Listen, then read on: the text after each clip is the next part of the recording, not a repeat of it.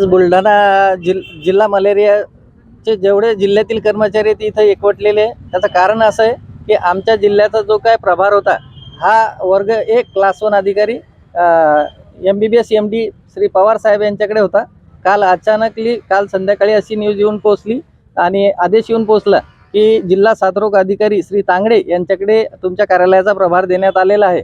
परिस्थिती अशी आहे की एक मोठी साथ आपल्या दाराशी येऊन टेकलेली असताना त्यांनी त्यांच्या कामावर लक्ष केंद्रित करणं अपेक्षित असताना त्यांना आमच्या कार्यालयात येण्याबाबत काय इंटरेस्ट आहे हा आमच्या कर्मचाऱ्यांना कळू शकलेला नाही.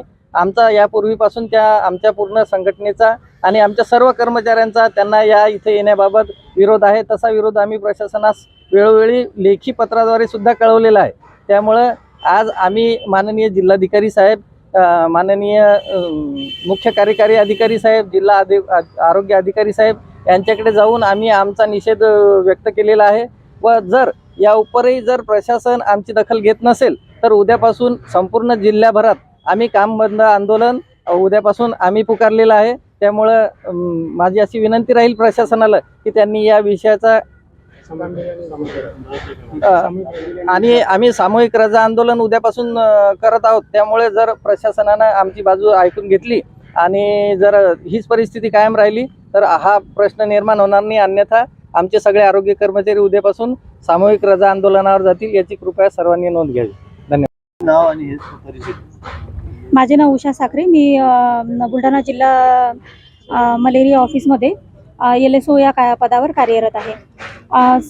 तसं तर जिल्हा अधिकारी हा जो म्हणजे जिल्हा हिवताप अधिकारी हा जो पदभार असतो तो एका MBBS डॉक्टरकडे देण्यात यावा असाच नियम आहे आणि ऑलरेडी MBBS डॉक्टरकडे तो पदभार होता, परंतु MBBS डॉक्टरकडून काढून तो BMS डॉक्टरकडे देण्यात आलेला आहे. तर त्याच्या मागचं प्रयोजन आम्हाला अजून तरी काही कळलेलं नाही. नंतर दुसरी गोष्ट अशी की सध्या आमचं जे प्रशासनाचं जे काम पाहतात आमचे जिल्हा हिवताप अधिकारी श्री चव्हाण सर जे आमचे काम पाहतात, तर त्यांच्या कार्यकाळामध्ये आमचं पूर्ण बुलढाणा जिल्ह्याचं काम हे महाराष्ट्र लेवलवर सुद्धा अतिशय चांगल्या क्रमांकावर आहे आणि आम्हाला त्यांच्याकडून कुठलीही तक्रार तर नाहीच, पण उलट वेळोवेळी प्रत्येक कामामध्ये त्यांची मदत आहे आणि त्यांनी सांगितलेल्यानुसार जे आम्ही कामं करतो तर आमचं काम हे अतिशय चांगल्या पद्धतीने सुरू आहे. तर त्यामुळे हे सगळं सुरळीत सुरू असताना हे मध्येच असा गदारोळ घालण्याचा काम काय आहे तेही सुद्धा आम्हाला कळलेलं नाही. त्यामुळे आम्ही याचा निषेध व्यक्त करतो.